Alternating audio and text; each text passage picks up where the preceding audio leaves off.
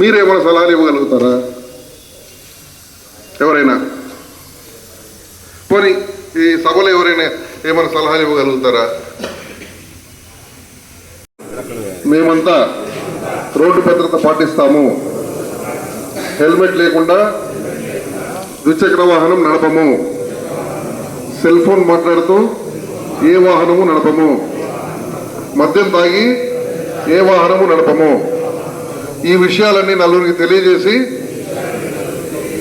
అందరూ ఇదే విధంగా నడుచుకునే విధంగా మా వంతు మేము కృషి చేస్తాము. ఓకే, ధన్యవాదాలు. ఆంధ్రప్రదేశ్ రాష్ట్ర రవాణా శాఖ సిబ్బందికి మరియు పాత్రికేయులకు ఇతర మిత్రులకు అందరికీ నా శుభాభివందనాలు. మనకందరికీ తెలిసిందే, దాదాపుగా ప్రతి సంవత్సరం మా ఆంధ్రప్రదేశ్ ట్రాన్స్పోర్ట్ డిపార్ట్మెంట్ వారు ఈ విధంగా రోడ్లు చేసేవాళ్ళం. తర్వాత అవి మాసోత్సవాలుగా మారినాయి. అయితే ఈ రోడ్డు భద్రత మాసోత్సవాల అవసరం ఎందుకు వచ్చింది అనేది చాలామందికి తెలియచ్చు, తెలియకపోవచ్చు. అయితే ఈ రోడ్డు భద్రత మాసోత్సవాలు లేదా వారోత్సవాలు లేకపోతే ఇంకో రకంగా ప్రభుత్వాలు చేపట్టాల్సిన అవసరం ఎందుకు వచ్చింది? మీకు అందరికీ తెలిసిందే, వాహనాల సంఖ్య విపరీతంగా పెరిగిపోయింది. రోడ్డు మీద వాహనాలు తిరగడం పెరిగిపోయింది. దాంతో సంఖ్య ఆల్మోస్ట్ మనం ఇప్పుడు వినే ఉంటాం, ప్రతి సెకండ్కి ఒకరు పుడుతున్నారు, వినుంటాం కదా. ఈ భూమి మీద ప్రతి సెకండ్కి ఒకరు పుడుతున్నారు, అట్లాగే కనీసం 4 చనిపోతున్నారు. ఇంకొక విచిత్రమైన విషయం ఏంటంటే, ఈ భూమి పుట్టిన తర్వాత లేదా మనకు తెలిసిన చరిత్ర వెనక్కిపోతే, అంటే ఎన్నో యుద్ధాలు జరిగినాయి, ఎంతోమంది రాజులు పరిపాలించారు, ఎన్నో యుద్ధాలు జరిగినాయి, ఎంతోమంది చనిపోయారు. తర్వాత కలరా లేదా ప్లేగ్ వంటి వ్యాధులు వచ్చి ఎంతోమంది చనిపోయారు, వినున్నాం కదా. మనం కొన్ని లక్షల్లో చనిపోయారు కదా. వాళ్ళందరికన్నా 100 రెట్లు ఎక్కువ చనిపోతున్నారు ప్రమాదాల్లో. ఈ వాహనాలు పెరిగిన తర్వాత మనం ప్రమాదాలలో మరణించిన వారి సంఖ్య తీసుకుంటే దాదాపు మనం చరిత్రలో ఇప్పటిదాకా చనిపోయిన వ్యక్తులందరికంటే, మనుషుల కంటే ఈ ప్రమాదాల్లో చనిపోయిన వాళ్ళ సంఖ్య ఎక్కువ ఉంది. మరి దీన్ని ఏం చేయాలి? మనందరం చదువుకున్నాము లేదా చదువుకోకపోయినా మనకు కొంత గొప్ప అవగాహన ఉంది, కానీ మనం జాగ్రత్తలు తీసుకుంటామా? పోనీ మేము ఏదైనా చట్టపరంగా చర్యలు తీసుకుంటే మీరు బాధపడతారా?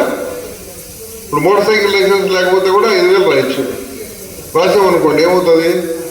సార్ నేనేదో ఆటో నడుపుకుంటున్నా, లేకపోతే నేనేదో ఆర్టీసీ డ్రైవర్ని, నా బండి 15,000-20,000 అవుతుంది, నేను కొన్ని 15 ఏళ్ళు అయింది, అది అమ్మితే 15,000 రావు, నువ్వు 5,000 కేసు రాస్తే నేను ఎట్లా బతకాలి సార్ అంటాను. అదేనా? మరి ఎట్లా మనం ఏం చేయాలి దీన్ని? నేనైతే నిజానికి ఈ భద్రతా వారోత్సవాలు ఏంటంటే నమ్మను, తప్పు సభాపరంగా చెప్పటం. కానీ నాకు చెప్పాలనిపిస్తుంది, చట్టపరమైన చర్యలు తీసుకుంటేనే, నొప్పి తగిలితేనే జనం దారిలోకి వస్తారని నేను నమ్ముతా. మీరేమంటారండి? కానీ రాస్తే మాత్రం బాధపడిపోతారు. హెల్మెట్ లేకపోతే ఇప్పుడు 2,000, cell phone driving, dangerous driving 2 కలిపి రాస్తే 10,000. చట్టం మారింది, కానీ మేము రాయలేకపోతున్నాము. ఎందుకు రాయలేకపోతున్నాము? అలా రాస్తే పబ్లిక్ మమ్మల్ని హరాస్ చేస్తున్నారు, ఇబ్బంది పెడుతున్నారు అని చాలా బాధపడతారు కాబట్టి రాయకుండా ఉండాల్సి వస్తుంది. కానీ అలా నిజంగా కనుక మేము కఠినంగా చట్టాలు అమలు చేస్తే ప్రమాదాలు బాగా తగ్గుతాయని నేను నమ్ముతున్నానండి. కానీ ఆ విధంగా చేయలేకపోతున్నాం. మాకు తెలియకుండానే మేమే చేయలేకపోతున్నాం. ప్రభుత్వాలు కూడా విపరీతమైన, ఇప్పుడు చట్టాలు అయితే ఉన్నాయి, మనం ఉన్న చట్టాలన్నీ మనం అమలు పరచలేం కదా. అమలు పరిస్తే మాత్రం పబ్లిక్లో వ్యతిరేకత. మరి దీన్ని ఏ విధంగా చేయాలో అర్థం కాక మాకు ఇట్లా మీలాగా అందరు సమూహాలని కూర్చోబెట్టి, అయ్యా మీరు జాగ్రత్తలు తీసుకోండి, డ్రైవింగ్ చేసేటప్పుడు ఇలా చేయండి, డ్రైవింగ్ చేసేటప్పుడు అలా చేయండి, ఇదే చెప్పటమే కదా. తాగి నడపద్దండి, ఇప్పుడు టర్నింగ్ తిరిగేటప్పుడు ముందుగా ఇండికేటర్ వేసుకోండి, సెల్ ఫోన్ మాట్లాడుతూ నడపద్దండి, డ్రైవింగ్ చేసేటప్పుడు చాలా జాగ్రత్తగా ఉండండి, మద్యం తాగి వాహనం నడపద్దండి, ఇట్లాంటివి చెప్తూ ఉంటాం. మీరు వింటూ ఉంటారు. మేము కాఫీ, టీ, స్నాక్స్ అలా చేస్తాం, తాగి తినేళ్ళిపోతారు. దీనికి ఏదైనా మరి ఈ చట్టపరమైన చర్యలు కాకుండా, ఇటువంటి మీటింగ్లు కాకుండా వేరే ఏదైనా కొత్తది ఏదైనా టూల్ కనిపెడితే బాగుండు అనిపిస్తుంటారు. ఇప్పుడు ఆ కారు ఎందుకు పనికిరాదా? ఆ మనుషులు ఎందుకు పనికిరారా? వాళ్ళ మీద వాళ్ళని బతికించడానికి పెట్టిన ఖర్చు అయితే తిరిగి రాదు కదా. సో 20 లక్షలు అయితే పక్కాగా డబ్బు పరంగా లాసే కదా. మరి ఒక్కొక్క యాక్సిడెంట్కి 20 లక్షలు 10 లక్షలు 5 లక్షలు 3 లక్షలు అట్లా లెక్కేసుకుంటూ పోతే ఆల్మోస్ట్ ప్రతి సెకండ్ 2 సెకండ్లు 3 సెకండ్లకి ఒక యాక్సిడెంట్ జరుగుతూ ఉంటే ఎంత ప్రజాధనం అనకూడదు, వాట్ ఎవర్ ఇట్ ఈస్, ఎకనామిక్గా దేశం ఎంత నష్టపోతుంది కూడా ఆలోచించండి. ఆ లెక్కలు తీస్తే చాలా భయంకరంగా ఉన్నాయి. ఇంకా నేను మీరు అడావిడి పెట్టారు కాబట్టి ఆ స్టాటిస్టిక్స్ తీసుకురాలే, మా పబ్లిక్ని అడ్రస్ చేసేసి వచ్చేసాడు. ఆ ఫిగర్స్ తీసుకొని ఇస్తాను మీకు. చాలా హారిబుల్గా అనిపిస్తాయి ఆ ఫిగర్స్ చూస్తే, ఇంత ఘోరంగా జరుగుతుంది అనిపిస్తుంది.